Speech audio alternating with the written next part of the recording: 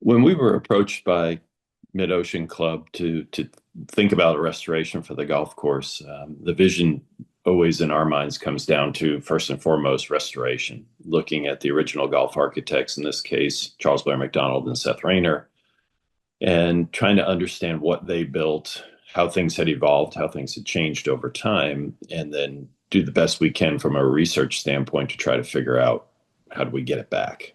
And so thankfully, the club had a lot of historical information, a lot of archival stuff that we could go through and look at. And so that made our job much easier.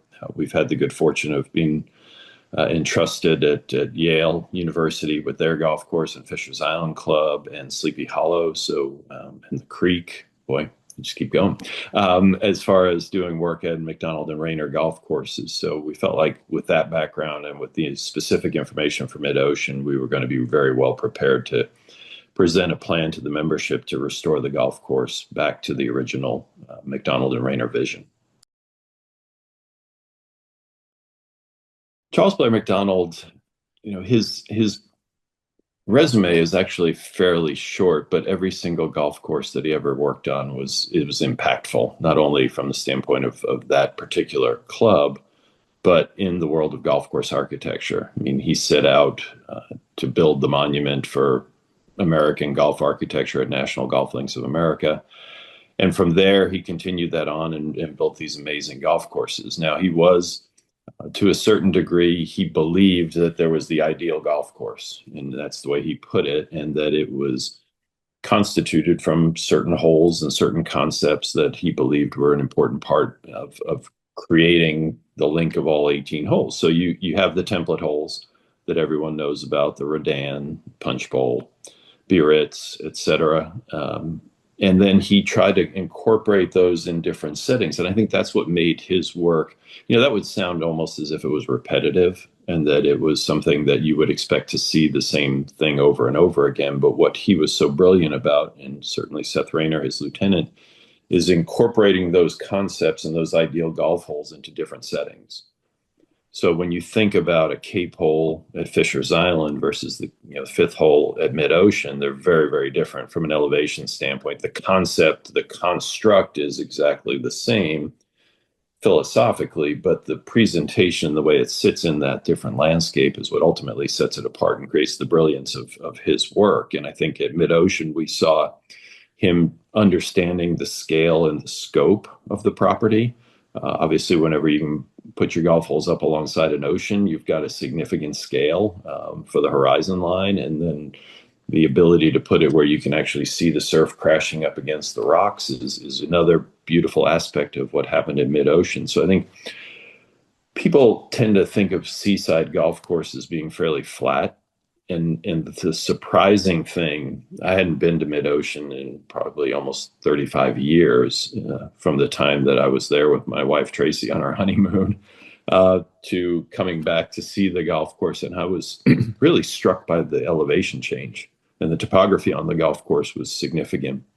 And I think Macdonald incorporated those template holes and created that ideal golf course in a landscape that was so very different than almost anything else he had worked on. And the relationship between land and sea there is a completely different aspect than where he had been given the opportunity at places like National Golf Links or Lido or Seth Rayner at Fisher's Island.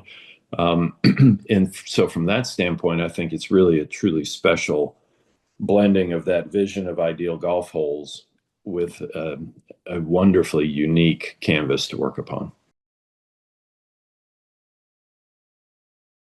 With the restoration of golf courses, we believe very strongly that the original design intent, both from the standpoint of the strategy of it, but also the presentation, the way it visually sits in the landscape, we take all of our cues from restoration from the original architect.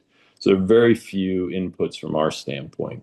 Whereas with renovation, you look at taking, basically it's a shared landscape. You're taking ideas from the original design and you're incorporating significant input from us. And we've always believed, whether it would be working at a Macdonald Rayner golf course, whether it's Donald Ross, Alistair McKenzie, A.W. Tillinghast, that first and foremost, we should take our cues from that original architect. And when you've got a great golf course like Mid-Ocean Club, we believe it's our responsibility, number one, to protect and preserve and do the best we can to bring their design back where the vision when we leave that property is as close to the original vision, and the membership that exists today is seeing that golf course as close to the original design as any generation of members since that original group. And if we're successful in doing that and painting that picture and leaving that behind, then we believe that that restoration is a success. So the first time I ever arrived at Mid-Ocean Club was on our honeymoon.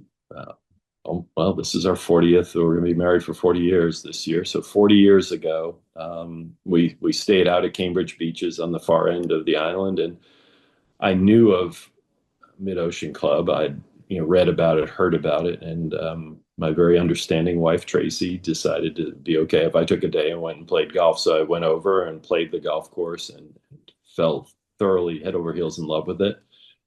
But then time being time and family and work, et cetera, I hadn't returned to Bermuda for about 35 years. And so when we were given the call came to go and look at doing the restoration of the golf course, it became one of those, well, let's go interview because it'll be really great to go back to Bermuda for the first time. And so having that personal history has been wonderful. So having that relationship and that history with the island has been a special part of this. And during construction, I'm sure Tracy and I will avail ourselves of that opportunity to get back out there again. So Bermuda is a special place in my life. I always remember my mom talking about like Bermuda being one of her favorite places in the world to go to. And I think that may be why we went there for our honeymoon. And yeah, that connection is really, really special for us. For the membership, we're really excited about this opportunity. I've mentioned some of the personal relationships that we have with the island, but I think more importantly, CB Macdonald only built 10 or 12 golf courses, depending on how many you want to count, and give him credit to the fact that we've been able to work on two of them at Sleepy Hollow and Yale. And now to have a significant opportunity at Mid-Ocean Club means the world to us. He is one of the, on my personal Mount Rushmore of golf architects. And I think ultimately our goal is whenever we can expose ourselves to the opportunity to be faithful to his work and to restore his work, I just want to let the membership know we are going to be so respectful of his work and what we're trying to do. We are excited to get into these greens and really sort of do some forensic work and try and figure out exactly where the contours existed. We've had good success in the past, both at Sleepy Hollow and Yale, as it relates to Macdonald and Rayner, of getting in and getting under the surface and really what we feel from a combination of archival information, but what we find in the dirt to really truly restore the contours and the concepts of their designs. And I think ultimately having presence on site, being on the machinery myself, will give us an opportunity to really kind of get in the ground and figure out, we see what he built, but it'll be really nice to get in the ground and faithfully restore what he built on that property. So it's an honor for us to have the opportunity to work on another CB Macdonald golf course. And it's our expectation that when we're finished, this membership will see the golf course through the lens that he saw it through. And that will be a wonderful success for us.